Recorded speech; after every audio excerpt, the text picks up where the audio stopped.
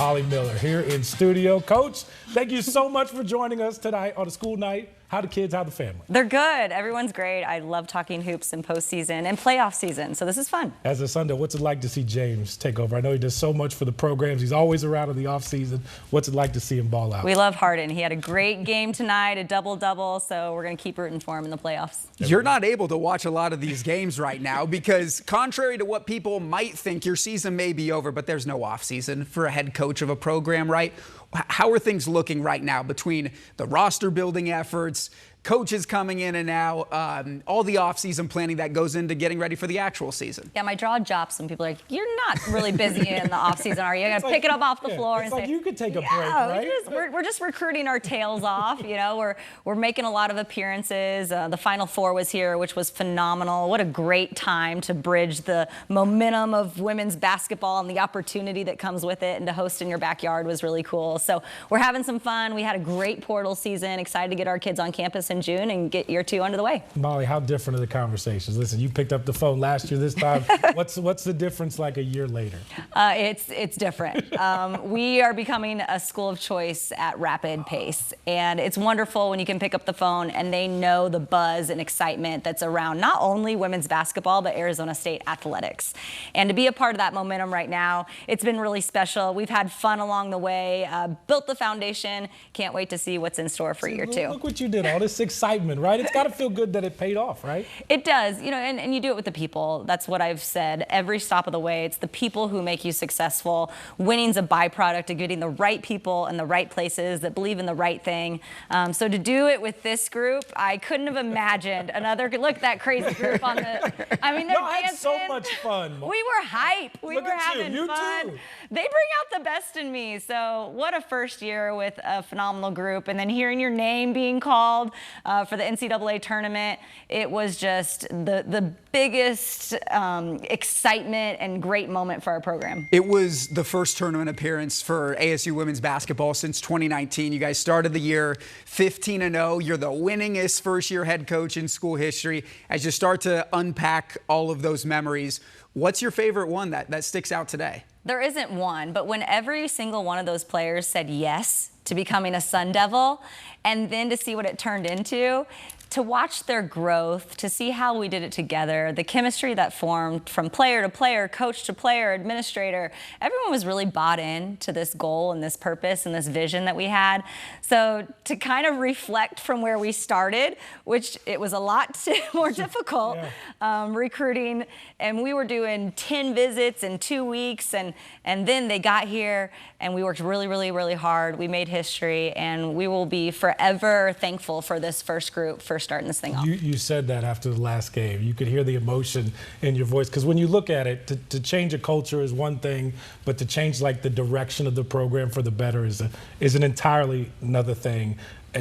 Proud is the understatement probably that you feel when you think of this team? Definite understatement. You know, our seniors today walked across the stage and I got to give them their nod of graduation in the Stoll ceremony. So that was really cool, and that's a proud moment to me to see them. Now they have an alumnus, right? They get to call Arizona State. They're a Sun Devil for life, and we always want to welcome them back. But to see those moments make you really proud. The scoreboard were some proud moments, but definitely those memories that were made along the way. At the same time, I know you're a fierce competitor, and what you did in year 1 is not good enough for year 2. You mentioned the Final Four and the national championship being in Phoenix. You got a firsthand look of the teams that, you know, were left standing at the end and the ultimate champion UCLA. What did you learn from being up close with those teams, and what is it going to take for ASU to get there eventually as well? Yes, sustained success is tough, and so the longevity of a program is really going to rely on the culture you build, and we've said that from day one. As cliche as it sounds, the habits that go into every day is going to be a winning recipe, and when you have really good habits, you surround yourself with really good people. Obviously, they're really good basketball players.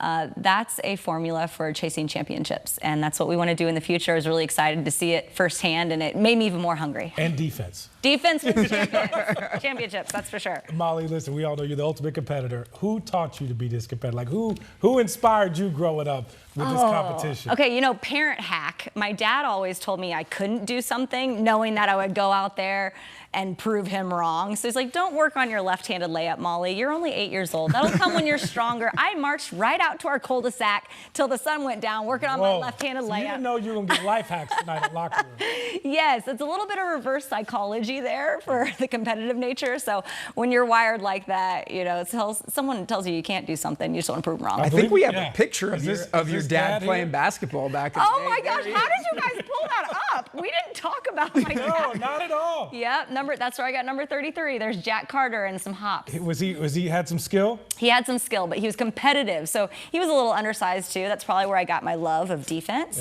Was he earned his keep on the defensive end. So yeah, shout out Jack Carter, Coach Carter. I was Coach Carter before I got married. Sounds so much cooler than Coach Miller. We gotta give Derek, no offense to your husband, but that does sound like it just rolls off the tongue, right? Hey, I remember it was when you got hired at ASU, you referenced this story about your competitiveness, and it was your dad who challenged you, saying, you know, you're not going to be the valedictorian of your high school class, and if you are, I'll buy you a new car, and you went out and did that anyway, right? I was driving my Acura MDX off to Drury University, so check. There you go.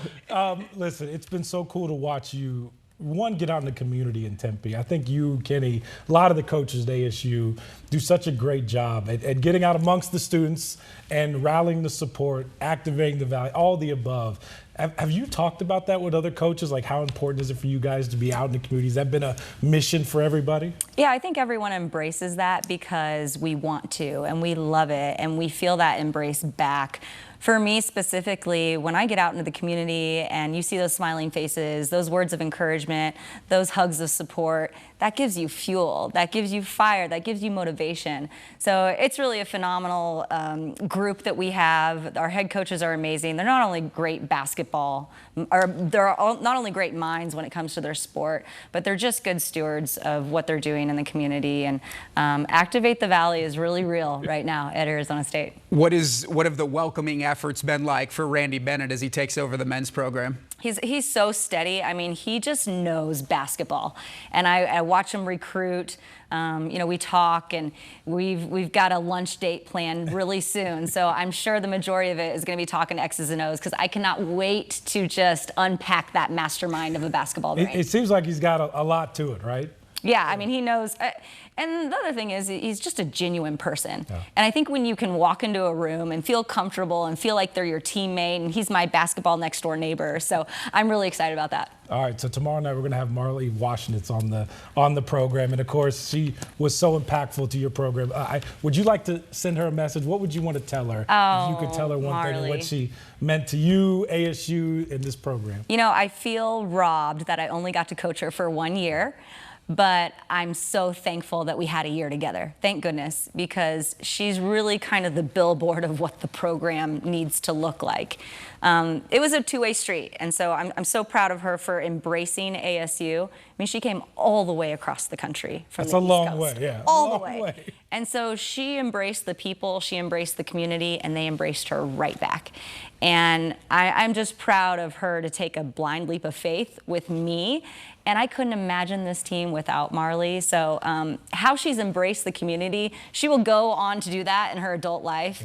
And she'll find so much success in taking that same approach. And maybe a future coach too, right? Yeah, hey, we got to save her spot. I'm encouraging her to go play as long as she can. You know, some days, as Graham says, Mother Nature is undefeated. So she'll have to hang up the shoes someday, but she might have a little bit of professional career left in her, and then coaching. We got about 30 seconds left here. That shot she hit, the Hail Marley. Like, where does that rank in shots that you've seen?